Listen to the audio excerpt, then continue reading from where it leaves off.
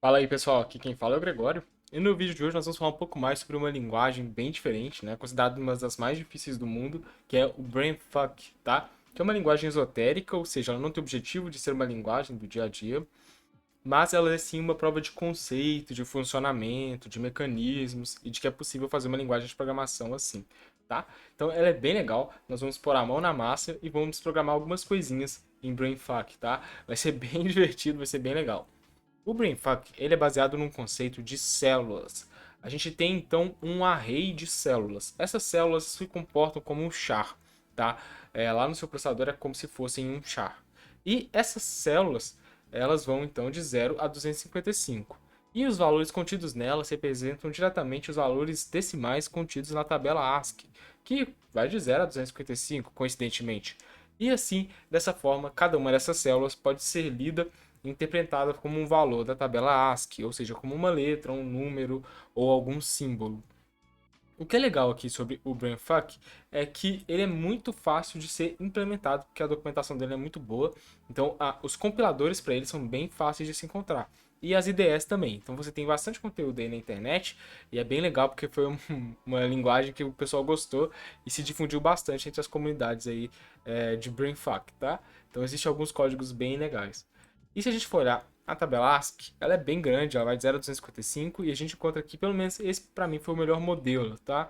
Mas é difícil achar uma tabela ASCII interativa e tal. Então a gente usa essa tabelona meio feia aqui mesmo, mas a gente vai usar ela para a gente ter de base de quais os valores que a gente precisa imprimir na tela, tá? Então, para facilitar, a primeira coisa que eu vou fazer é abrir um editor de texto, porque isso aqui vai facilitar a nossa vida para descobrir, por exemplo, quais são os números que a gente tem que alcançar e como que fica mais fácil para a gente não se perder, tá bom? Então eu vou colocar aqui os textos maiores. Então como é que vai ser?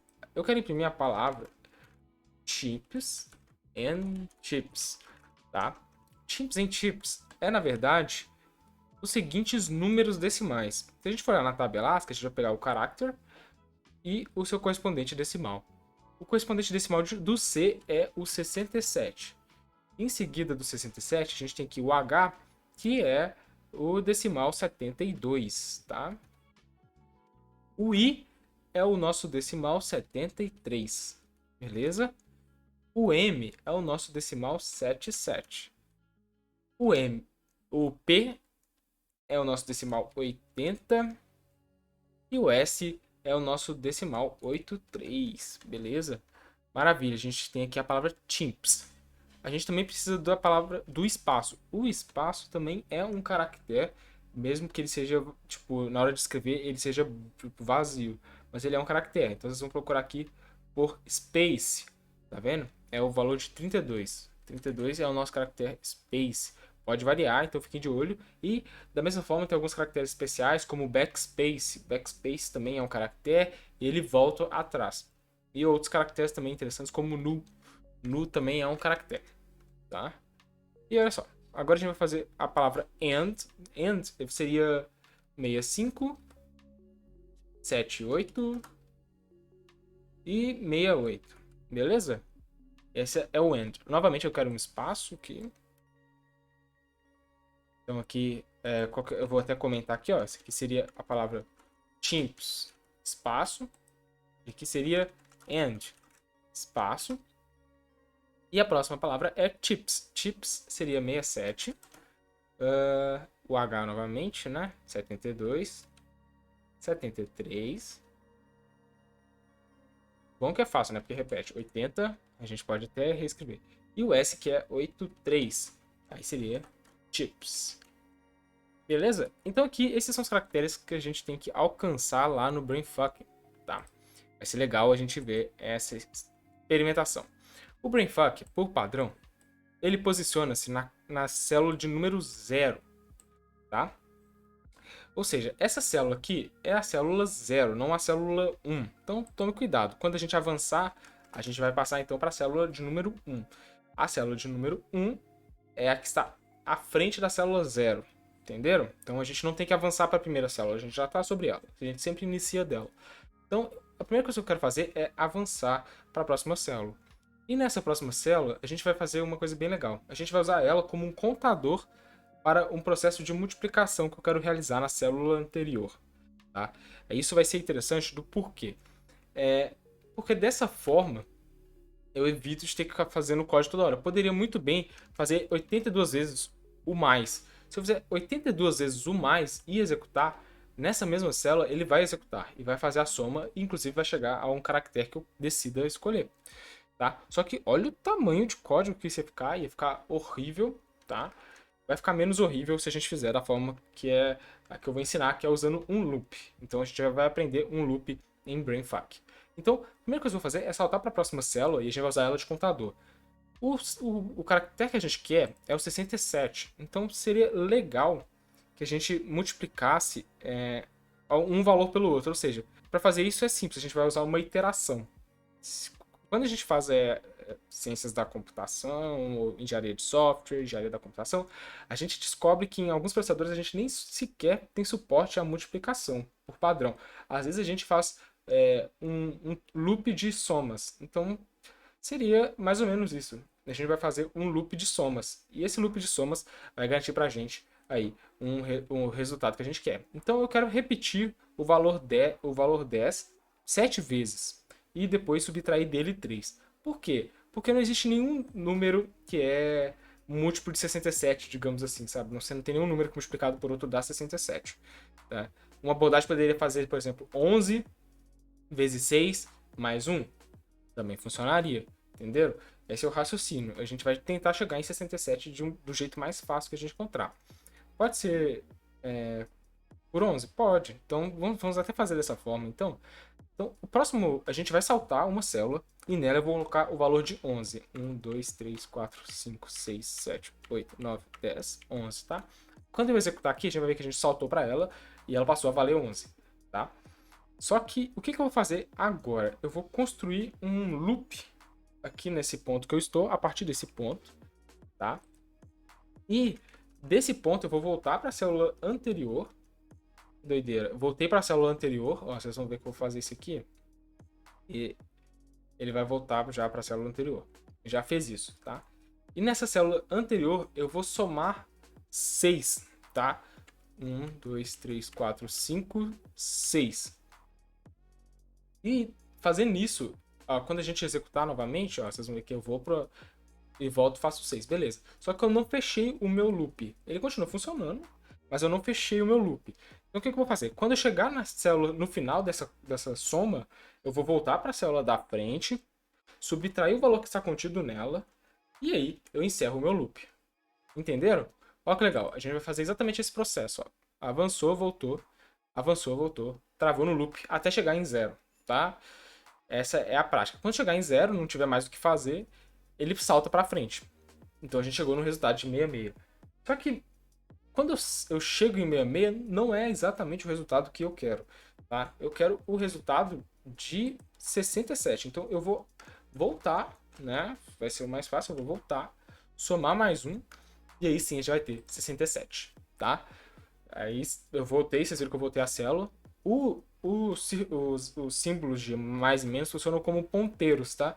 É literalmente o mais e o menos menos no ponteiro, igual a gente tem em C, por exemplo. Eu passo a apontar para o próximo no array. E aí é isso que ele está fazendo. O símbolo de menor, ele aponta para trás. Então a gente voltou.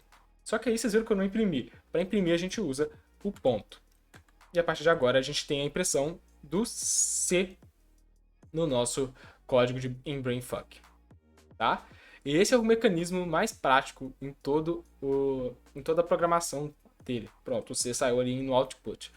Beleza, maravilha. Só que agora vocês vão ver que eu tenho que fazer esse processo de novo. E como é que eu faço ele? É muito simples. Dessa vez, vocês lembram que eu tava no 0, passei pro 1, para colocar o nosso contador. Agora, se eu passar pro próximo, o contador vai ser ele mesmo. E não é isso que eu quero que o contador esteja à frente da célula onde vai conter o valor. Então a gente salta duas vezes. E agora a gente quer o valor de 72. 72 é 10 vezes 7 mais 2, né? Então seria 1, 2, 3, 4, 5, 6, 7, 8, 9, 10. E a gente vai, então, ver agora o processo, né? Ele vai avançar para a próxima célula depois dessa. A gente vai ver isso acontecendo agora, quer ver? A gente pode até diminuir um pouquinho o delay. E é bom que essa ideia aqui permite a gente fazer isso, ela é boa para visualizar. E a gente vê que essa célula passou a ser o nosso contador. Então a gente vai fazer o processo de soma de 7. Poderia ser o processo de soma de 10 também, ó. Vamos até alterar. Então, vamos tirar 3 aqui. E aqui vai valer 7. E agora, quando a gente entrar no nosso loop, a gente volta e faz isso 10 vezes. Então, a gente faz 1, 2, 3, 4, 5, 6, 7, 8, 9, 10. Beleza? Avança de novo. Enquanto isso, a gente vai fazendo aquela subtração que eu falei, que é para descontar do contador. Toda vez que a gente volta, a gente desconta no contador. E, mais uma vez, no final, eu quero que some 2, porque a gente vai chegar em 70, beleza? A gente vai rodar. E aí, vai começar esse processo de conta, né? Tudo mais. Chegou, beleza. Aí a gente tá vendo que ele tá decrementando o contador. E ele vai somar 10 7 vezes.